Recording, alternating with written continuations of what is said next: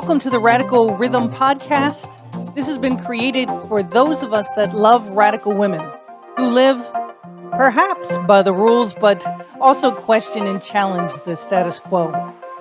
We want more from our lives, to enjoy our sexuality, to explore radical thought, and to celebrate women who have lived and continue to live unconventional lives. Hi, I'm Dr. ToniBearEdd, sexologist, educator, activist, and definitely a radical woman. Thank you for joining me as I share stories of women challenging the status quo and living life to the fullest. Join me as we unapologetically march to the beat of a different drummer together.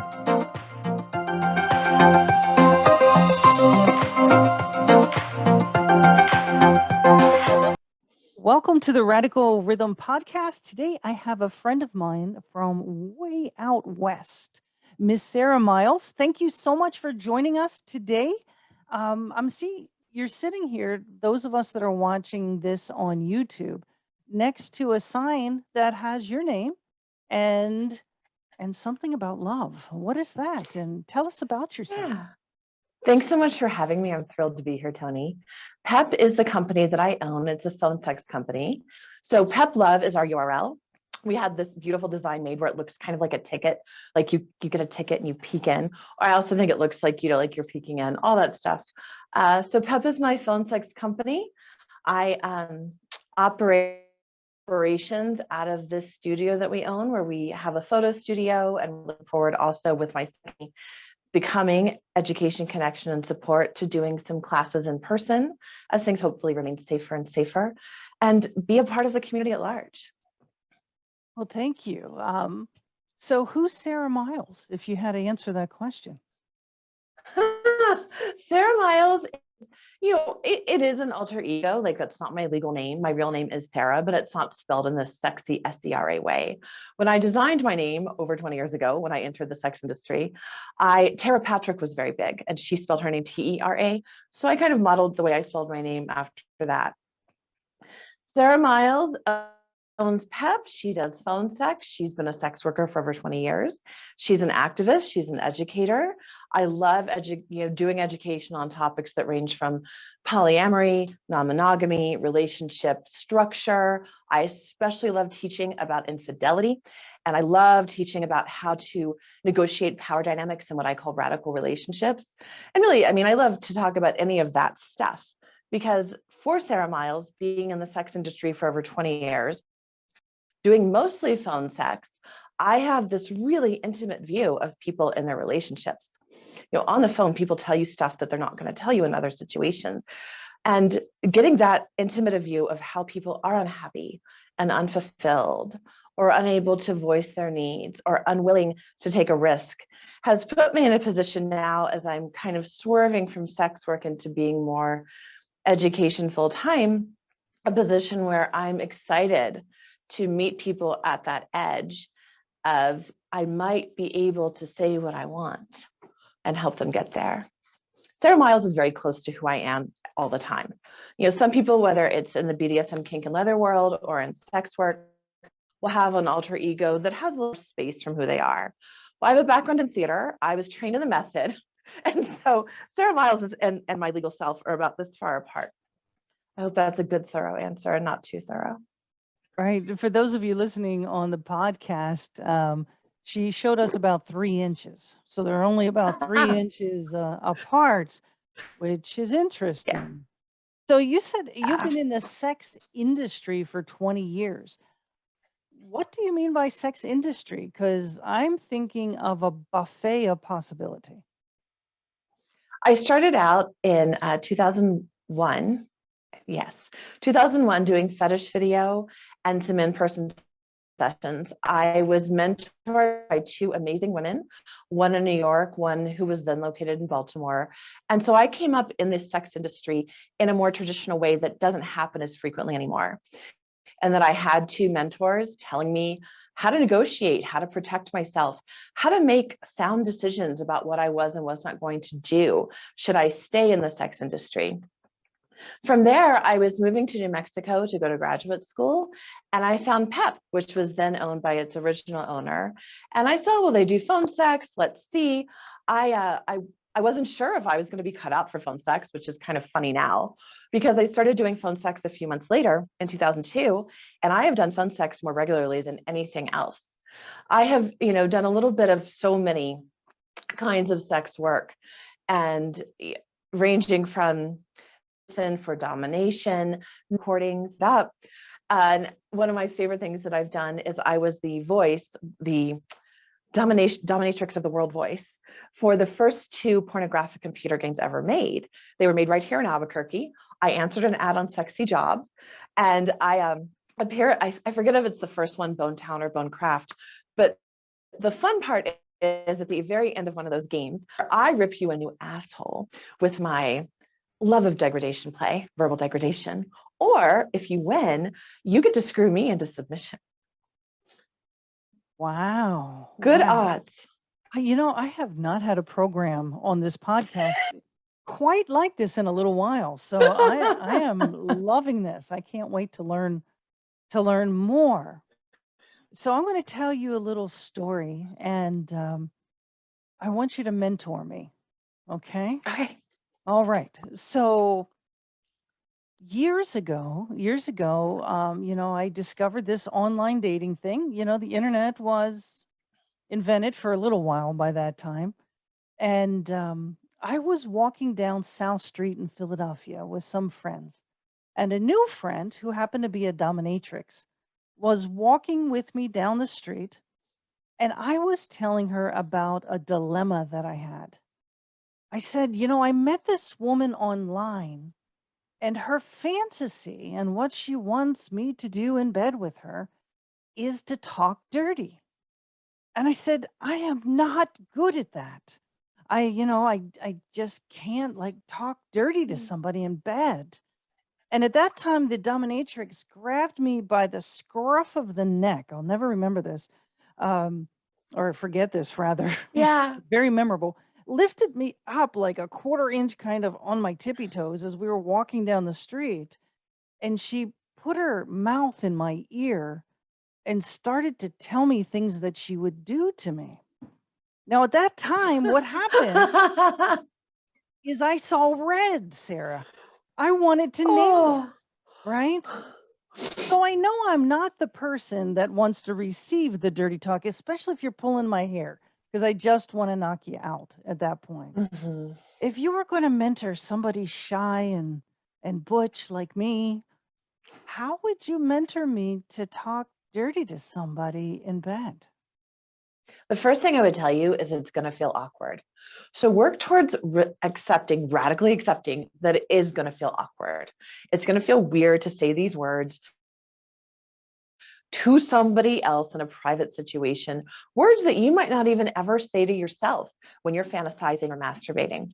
Second, pay attention to the words that the person who wants to receive the dirty talk uses for their body parts, for the activities that you do.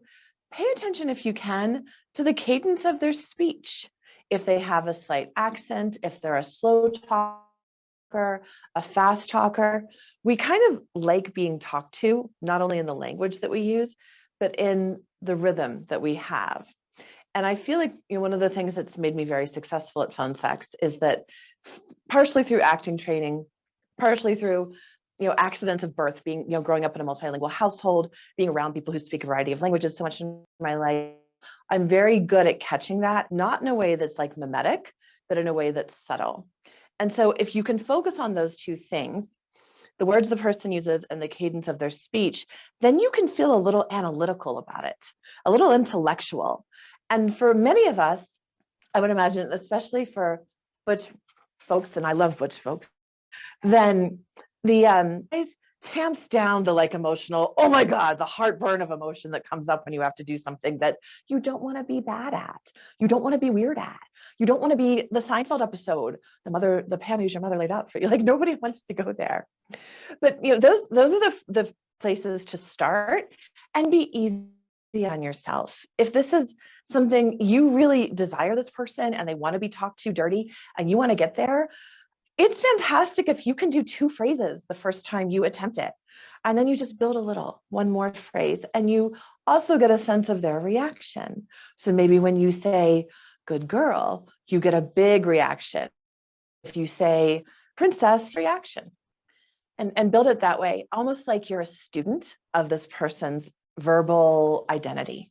Is that helpful? That is very helpful. Very helpful. I know I told my wife that story many years ago when we met. So and she always says, say something dirty to me because I told her that I'm bad at it. Right. So, what she gets is I say like sewer water. Right. And I just because I do like being a brat. Right. So I'll I'll mention the 5 dirtiest things I can find that are disgusting. So yeah, yeah. Dingleberry, those kinds of things. And it is not hot, Sarah, and it gets me nowhere. So, No, yeah. it gets you So nowhere. you Yeah. also said that humiliation is part of what you do. Can you tell us, because I have a million questions for you today. Oh, thank Um, you. can you tell me what the difference is between humiliation in bed as role playing and humiliation as bad mental health and relationship kind Mhm. of stuff? It's an issue of consent. I never humiliate somebody without them asking me to do it.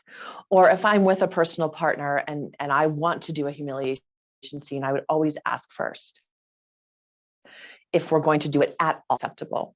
So much of what we do in kink activity, I really think most, if not all kink activity, is rooted in anxiety around the kinds of power structures that we are forced to live through in patriarchal capitalism in a white supremacist country. And, I could go on and on. I think so because we have to face all of this low-level, microaggressive, nasty humiliation day to day in our lives. Almost everybody has to, except for a very chosen population. And God forbid they lose their able-bodiedness or their mental health, because then they'll be subjected to it as well, that kind of low-level humiliation. It can be exciting to choose to do it with a partner, with someone you're hiring, in a personal situation, because you're consenting to it. And that's what so much of kink is. I want to take this thing that harms me, that was done to me, that I was violated by, that I am forever changed because I have to endure it. And I'm going to make it happen for myself just the way I want it to. I'm going to collaborate with another person, other persons, and we're going to create something that is all ours, that nobody else can own or take. And it's going to release that anxiety, that stress of having to live through it. If somebody wants to do humiliation play with me, whether it's a client or a personal partner, I don't go right into it. I ask a lot of questions and I go real slow at first. Even though, one of the things you gain in doing sex work phone, you pick up the next level degradation. I'm going to go real slow because you can wreck a scene. You can wreck an experience by making something feel non-consensual. What you want is for their desire to be right here and being humiliated, and you're kind of sliding under it every time, every time, every time. And then at the crescendo, if you're very good at it, you hit it right there. So the kinds of questions I'm asking you about humiliation, about how do you talk dirty to your partner, is that the kind of education that you do in your new initiative with Pep Love? To some degree, yes. Like it's definitely on the menu. So I own a parent company, Sera Miles and Beyond, which is why PEP is shown as Sera Miles Presents, and my new company, Becoming, is presented as Sera Miles Presents. And under Becoming, I have a little bevy of classes that I have, that are tried and true, that I've taught throughout the community, at universities, sex shops, et cetera, that I'm happy to whip out for a one-on-one consultation or coaching kind of situation, and happy to do for small groups. And I also take things by request. And I know talking dirty is something that I get messages about, periodically, frequently enough. And I've never developed a workshop on it. I really should. But I also kind of feel like that for me is a coaching situation. Like, well, then bring you and your partner and a few of your good friends or people from your community you trust. And I would love to do like a mini class on how to talk dirty, how to do some of the more challenging or extreme forms of play that are verbal and psychological and not full of that you can't rely on implements. There's a certain degree to which implements let us have something that we can have a touchstone to, and we don't feel like we're just out there flailing with words and bodies and that's it. Mm-hmm. But my expertise is all you got is your words and your body. And something I love in my work is often somebody will do phone calls with me for years and years, and then finally meet me in person to do the things, to put on the latex, to serve me, to worship my feet, etc. And what they almost without fail want at the end is for me to very closely talk in their ear. And it's so erotic and charged to them to get this thing that we do this way with me right there. And that tells me, and I know from, I think many of us know, that's hot to be creating your own orgasm while somebody who is erotically charged with you is talking to you. That's another trick, like play, have sex, do a scene, and then talk about it, review it. I do this in my phone sex calls. I call it review the call. So as we're getting to that last 8 to 12 minutes, depending on what I know about the client and his orgasm, I will start saying remember at the beginning of the call when I had you come in naked? Remember when I put the collar on you? And you can just take the real stuff you did and start talking about it in almost plain language. You don't have to use real dirty words or anything, plain language, and talk about what you just did. And that creates such electricity. And so I digressed a lot because I'm really enjoying talking about this for some reason. I do this stuff. But yes, in my new venture, I'm thrilled to teach people how to talk dirty, especially how to do hardcore humility. Wow. Wow. I have a program also, a group program called Becoming. It's my group coaching program called Becoming. And it's Becoming, it's called a 6-month journey towards sexual empowerment. And while we are good friends and while we have the same name of our programs, Yeah. programs couldn't be more different. In that I talk about your mindset, your identity, your fantasies, some of the same topics. I generally do it with absolute beginners, with my program. But both of us want to see a transformation where somebody starts here and they want to go here. And it's such a joy to watch the growth and the outcome of the program. Sometimes there's bumps along the way, but it's such a beautiful thing to see folks become sexually empowered. It so is. I mean, one of the kind of off-kilter things I say about my work is I am very happily responsible for a handful of much-needed divorces. And I mean, to the degree to which the ex-wife is even if they find I existed, I'm to separate. We were not happy together. And one of my favorite stories is from a longtime client who ended his marriage after having some good conversations with me. And it's years later, he and the ex-wife are now both remarried, do some community work together. They were able to transform their dynamic, both achieve greater happiness. And it's the best. If I can make somebody's relationship stronger, more fulfilling, or guide someone. You have to not only deal with the fact that you feel like you failed, whether or not you did, that's another topic, but also deal with the fact that if you're going to try this again and you're not getting to be honest with yourself and learning how to be honest with yourself, you're going to do the same thing. And that's a scary proposition, but taking that step can be the most empowering thing a person ever does. Yeah, absolutely. When we spoke in Albuquerque and you were getting ready to launch the Becoming program, we had talked about a part of that program to be education for sex workers. Is that still part of the program that you do? Can you talk about that? Something I've Something I've learned in launching this second DBA, doing business as, and I should call it BEX because we generally call it BEX internally for short, becoming education, connection, and support. And that's, how we have a lot of social media set up, et cetera, branding.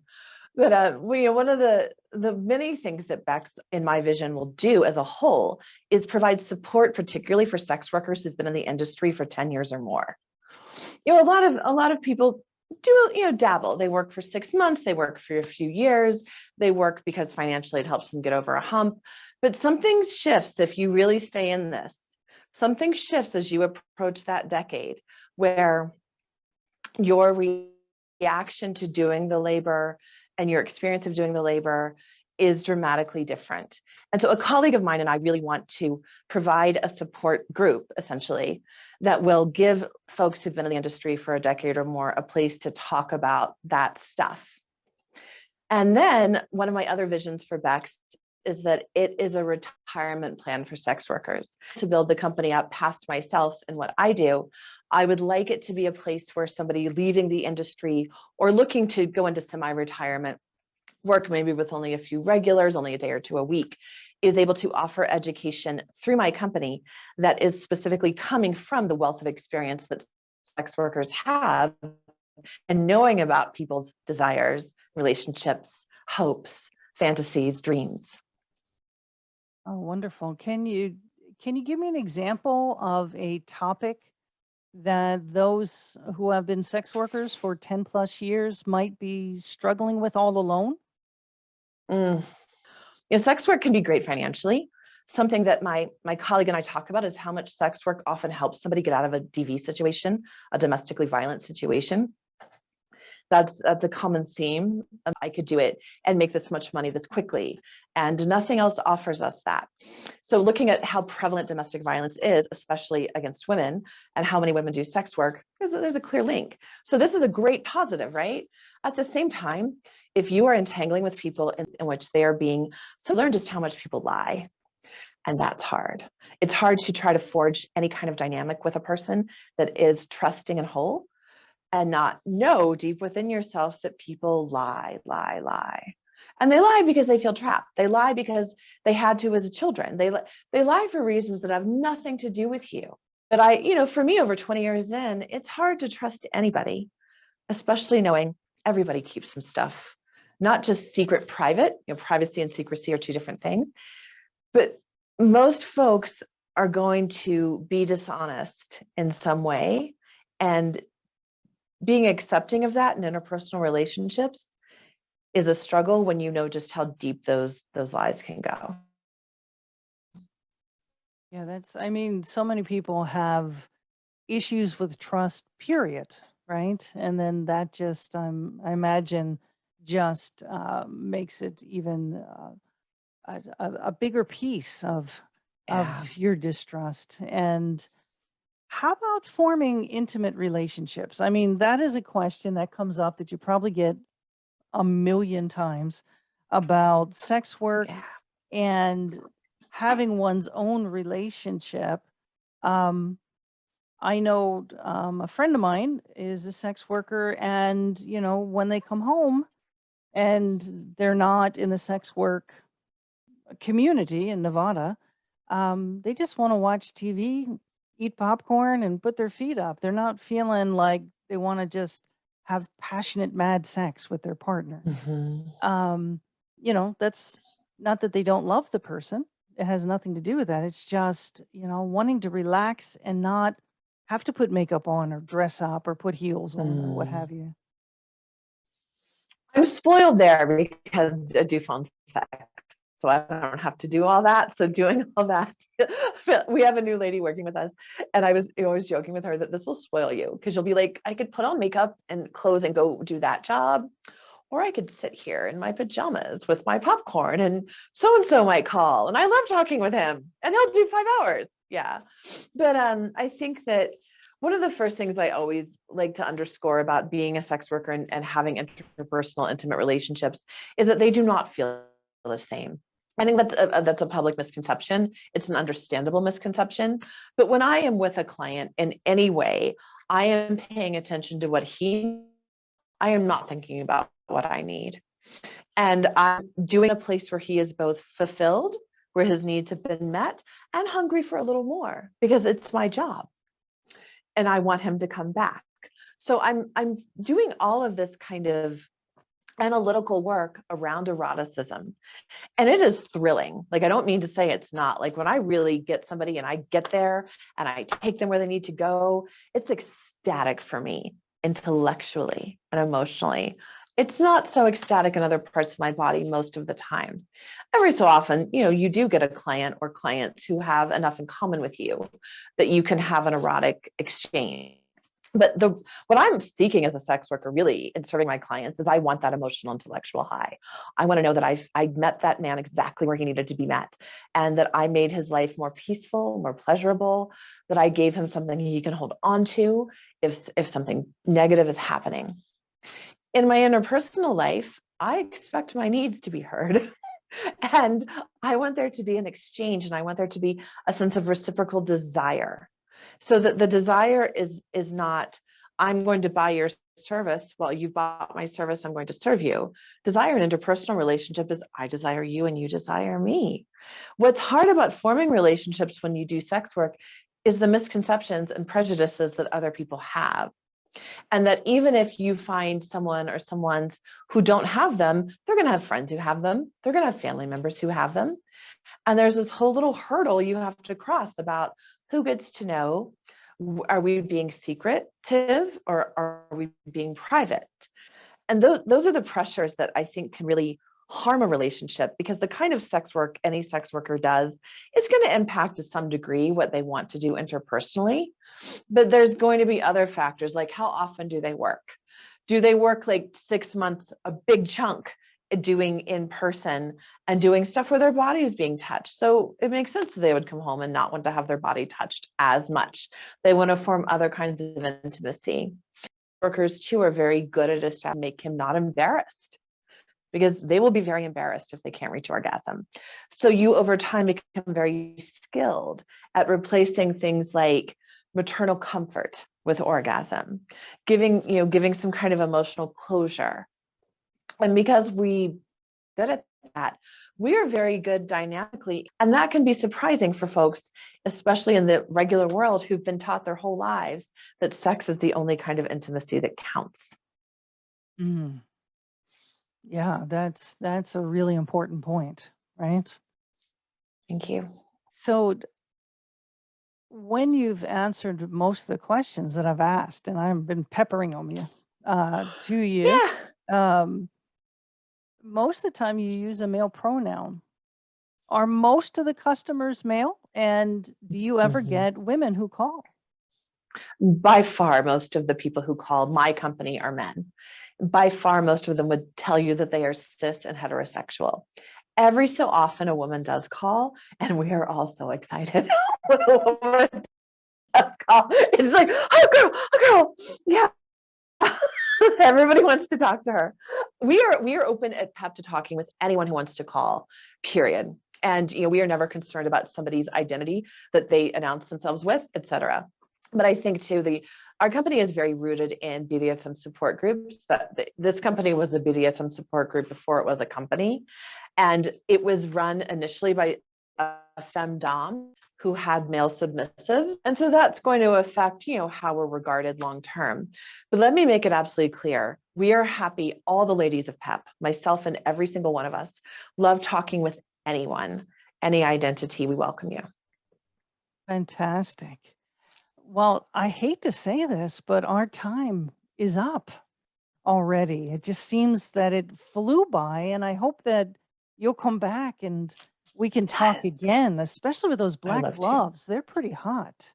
If you're A watching really on dear YouTube. client gifted these to me, Oh, and as well as the jacket. And so I thought I'm going to wear that today, and I know he'll watch this, and that way he gets a little shout out. So thank you to that client.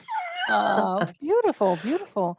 Well, thank you so much. If someone has a question, um, and they would like to contact you, perhaps for a referral or for a consultation, right? Mhm. To answer some questions. How would they contact you? I am Sera Miles, SERAMILES, everywhere. Instagram, Twitter, Facebook, etc. I have the URL peplove.com. I have the URL becomingecs.com. But I swear, if you just plug Sera Miles into Google, something will come up. And it's totally cool to contact me any which way. And then I will slide you over to the ways that I prefer, which are email and texting. But really, I welcome anyone to reach out the way that is easiest for them to find me first. Fantastic. And I'm going to put a link underneath of this for anybody that wants to give you a shout. Sera, Awesome. thank you so much for coming today. And I look forward to the next time. Thank you so much for having me, Toni. This is fantastic.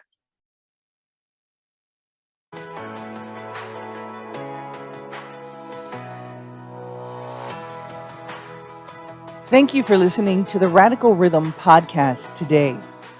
It has truly been my pleasure to invite guests and talk to you about my passion, the joy in our sexuality, and radical women who march to the beat of a different drum. If you'd like to work with me, Dr. Toni Bear, I have a community where I give seminars every month. I also have a coaching program, both group and individual, and also a course, a self-directed course, because it's all about experiencing the joy life has to offer. I'd love to work with you.